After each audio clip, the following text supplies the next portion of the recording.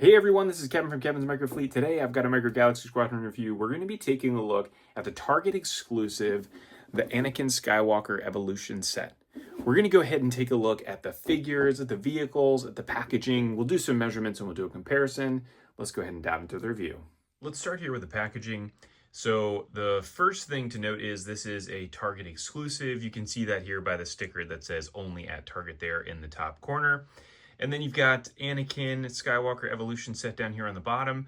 The one interesting thing about this is actually not numbered. We can see that down here in the corner, as well as it doesn't have a tag on here indicating where it comes from. So in some circumstances, you would have a series like series 1 through 9, or you might even have a special edition number, an SE number down there. And there was an episode 1 collection that we had also, but this doesn't have anything on it, which is interesting to see. So, it could potentially branch out into other different types of options in terms of how we would get some of these battle packs where we might get multiple ships all at once. And so you can see here on the bottom right, again, you've got some of the pictures of the different vehicles that he flew, and then you've got all the figures there. So as we turn this thing to the side, there you get your one green Jedi Interceptor. Turn this around to the back and we get a chance to see all of the different blueprint cutouts here that you could have if you wanted to collect those, as well as it shows some of the different features of each one of the vehicles as we move all the way along from left to right, from his first Naboo Starfighter all the way over to the TIE Advanced. Turn this thing to the side again, you can see there just Star Wars. And then on the underside here, if you were looking for the UPC to be able to look this up, there is the UPC. And then also, I'm going to go ahead and throw up on here the DPCI number, just in case you need that as well to be able to search this thing out. Here is the cardboard insert that comes behind the actual items. Really cool background here of space, and that looks to be Coruscant there in the background. And so you could be able to display all of the ships here on the front if you wanted to use this as a display stand. The figures come in this little pillbox package here, so you get a chance to see there is the blueprint of them on the back. Pull that down, you got a little tab here. Go ahead and pop that tab out, and then there are all of your figures. We're going to work through the figures youngest to oldest, so we're starting here with Anakin as a kid here. That comes with the N1 Naboo Starfighter. And so there is a very slight difference here on the left side. This is the original N1 that was the Target exclusive that came out. And then the right side is the one that comes in this Anakin Evolution battle pack. And so you can see there is a slight difference there in the paint application on the helmet. With the original N1, there is a part there just above where his ears are that is black. And on at least the version that I have, it's not painted with the Anakin Evolution. You can also see a very slight difference there in the blue, as well as the size of the print there on the top of the dome of R2. Otherwise, the sculpts are the same. There is no difference there between the two, but either way, just a very slight difference there with that paint application on the helmet.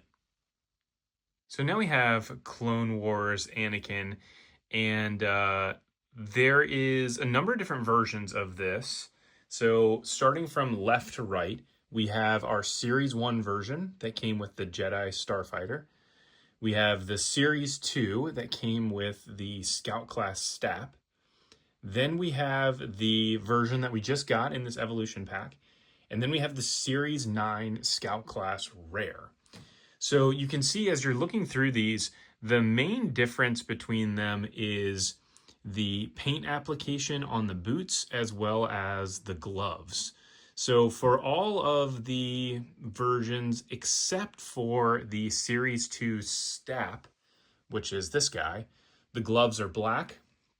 And you can see with the Series 2 Stap as well, the boots are painted slightly different. They're just didn't quite get it all the way up on his leg. That could just be an error in the paint application on that one specific figure, or it just, that's the way it was. Now, if you look at the paint application there on the face, you can see there's a slight difference in the color. That's probably just more a function of just the paint as they're changing it out from figure to figure and how it ends up getting applied. Now, the other thing that I just realized as I was going through this is we only get one R2 droid with this set, which is a bit disappointing because we have 3 vehicles where we actually need R2 to be in the vehicle. And so as we're comparing these, we're going to be looking at the same R2 droid that came with this new set, which is the one here on the far right side. Now, looking back at Series 1, you can see how the top of the dome just has that one really dark blue dot.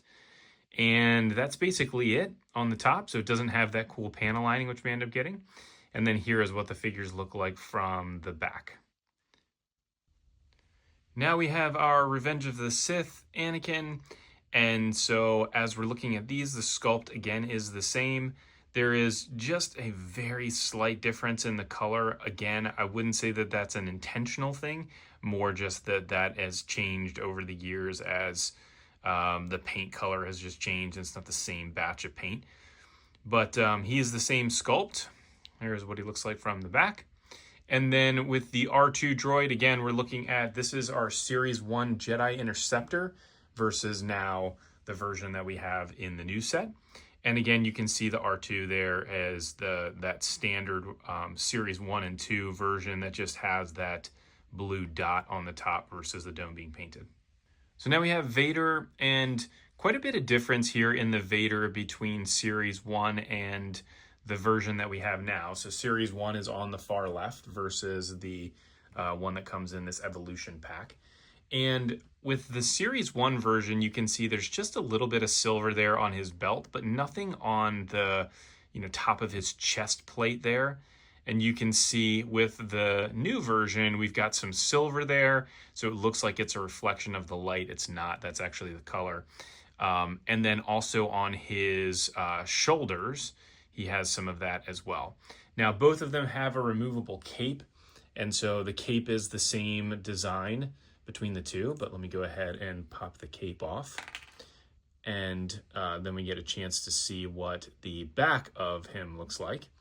So now we can see I got a little bit of a paint smear on there. You can see that silver there that goes along his back. I'm not sure if that's intentional there or not. It looks unintentional, but with the Series 1 version, it's there's nothing there. Again, just all black figure other than that little bit of silver there on his belt. And so there is what he looks like. Now, the other thing that they did change as they moved to the later series is they changed his foot size. So you can see on the left side how narrow his feet are. It just made it very difficult for him to stand upright. And so getting him to have those little wider feet helps with that. Now you can see my figure, the new one has got his arms out like that. That's how it was in the package. I think it was just put in there incorrectly for it to stick out like that. But there should be articulation in the shoulders and in the hips, just like we have with all the other figures. So we're going to take a look at the vehicles in chronological order as well, relative to the vehicles that Anakin flew, starting with the Naboo Starfighter. So we're going to go ahead and talk through just the features of this vehicle. So this is the version that came in the actual set. And so this has some landing gear on here, which you can open and close. It also has here on the back a port here to be able to insert the droid. So if you pop that thing open, you can only put R2 in here sideways. So you can't put him in there where he's facing forward. But it is a great little feature to be able to clip him in there and then have him inside. Now, the tail piece on here in this set is actually connected. In the original N1, when it was released, this was actually a separate piece that you clipped in. And it could potentially be removed, but you more than likely have to pull down on this part here so much that you'll probably break it to be able to get that out. And I would just leave it inserted, to be honest. Now, another piece here, which you can actually see as I'm moving this, is this part right here will actually remove to be able to show some of the, a piece of the engine. So let me go ahead and pop this thing off. It's a little bit challenging to get off on this specific one. And you can see as I'm doing that, it's actually coming apart slightly. But let me go ahead and pop this off. So now I have it removed and it just clips in here. It's got a little groove there to be able to insert in so you get a chance to see the engine, which is a nice little feature. You didn't actually have to put this on this vehicle, but it is very cool to be able to have that. And so you can snap that back on there. And then you have your opening cockpit, which does open on a hinge joint. It doesn't slide like we have with the old Action Fleet version that does slide forward. And then you're able to insert your pilot in. So you can put Anakin in there. He's got a little foot clip in there, which is great to be able to hold the figure in place so he doesn't bounce around when he's inside the cockpit. And so there he goes. So now he's in there and ready to go. Now you can see the N1 that I have here in the background. This is actually on my custom 3D printed flight stand. So if you're interested in purchasing that, you can check out my link in the description below. You'll see a bunch of different flight stands as we go through this video. I have all of them available on my Etsy page for purchase. So I wanted to show just the difference here between these two. And if we're looking at it from the top perspective in terms of the deco, there is no difference. All the markings are the same on it. The color is the same. The size is the same. As we flip this guy around to the underside, you'll see everything here again is the same with it. No difference at all. Now, we are just getting a very slight difference with the paint application on Anakin's helmet. At least that's the one that I have in this set. So if you have one that looks different, that has that piece painted black, maybe I have an error. And if you do, just go ahead and leave a message or leave a note in the comments below. Next, we have our Jedi Starfighter. So to look at this, well, first thing is very early on in Series 1 and 2, they released the Jedi Starfighters with this hyperspace ring. And so it connects on there, looks really cool. And it was a great feature to be able to have with some of these early ones. They decided to change that after Series 2 and eliminate the hyperspace ring to be able to move this vehicle down into the light armor class. I found that to actually be a great move by them because it does expand the opportunities in terms of the number of types of vehicles that they can make with this.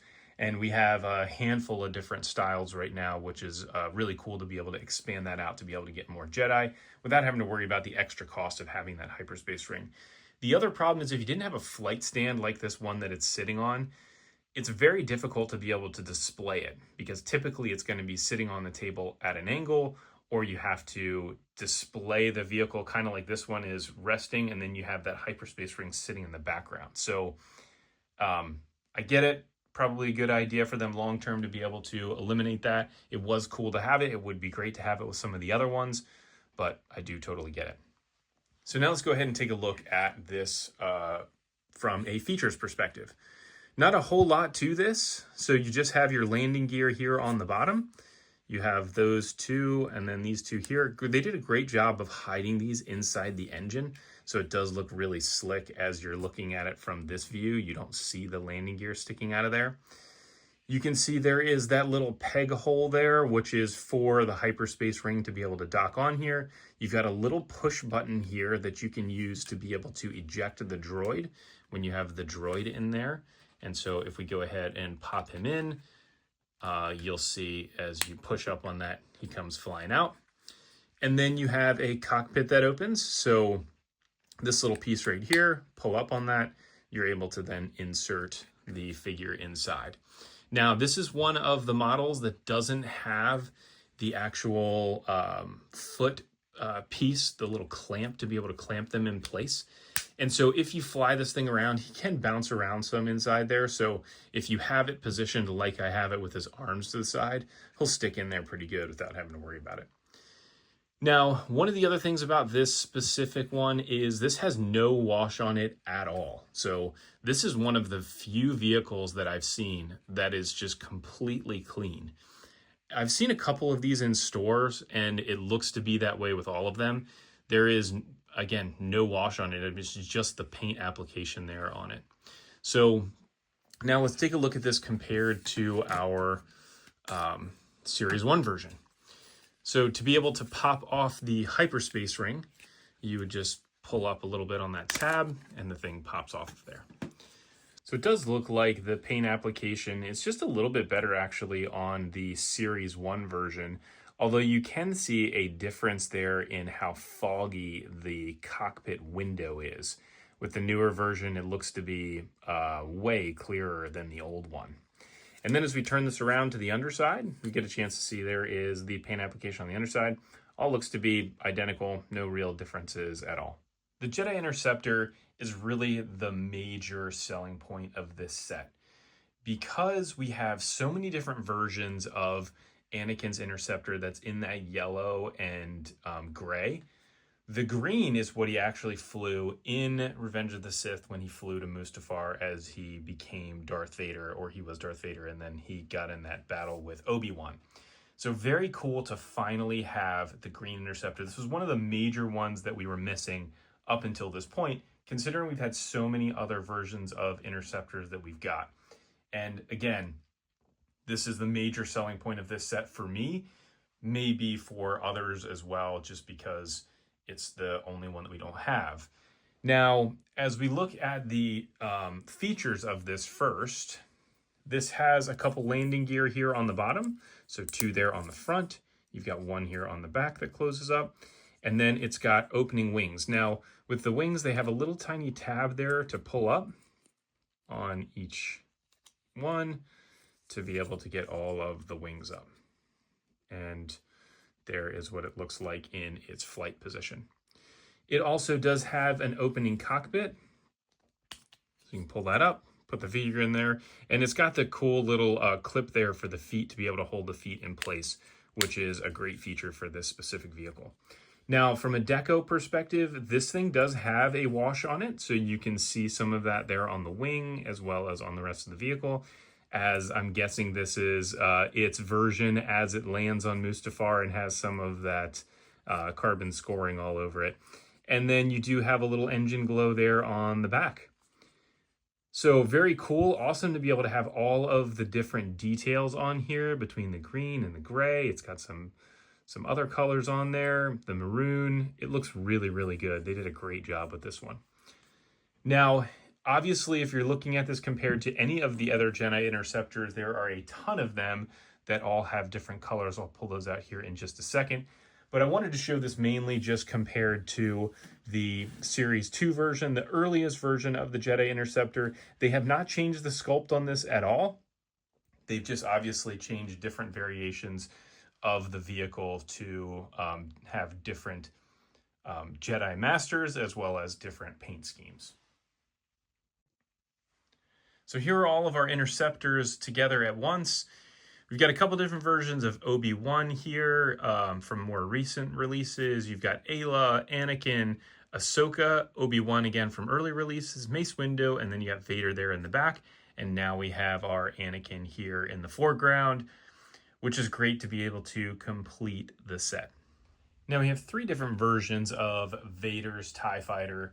So we have our Series 1 version, we have our San Diego Comic-Con Imperial Hangar Bay version, and then we now have the Anakin Evolution set.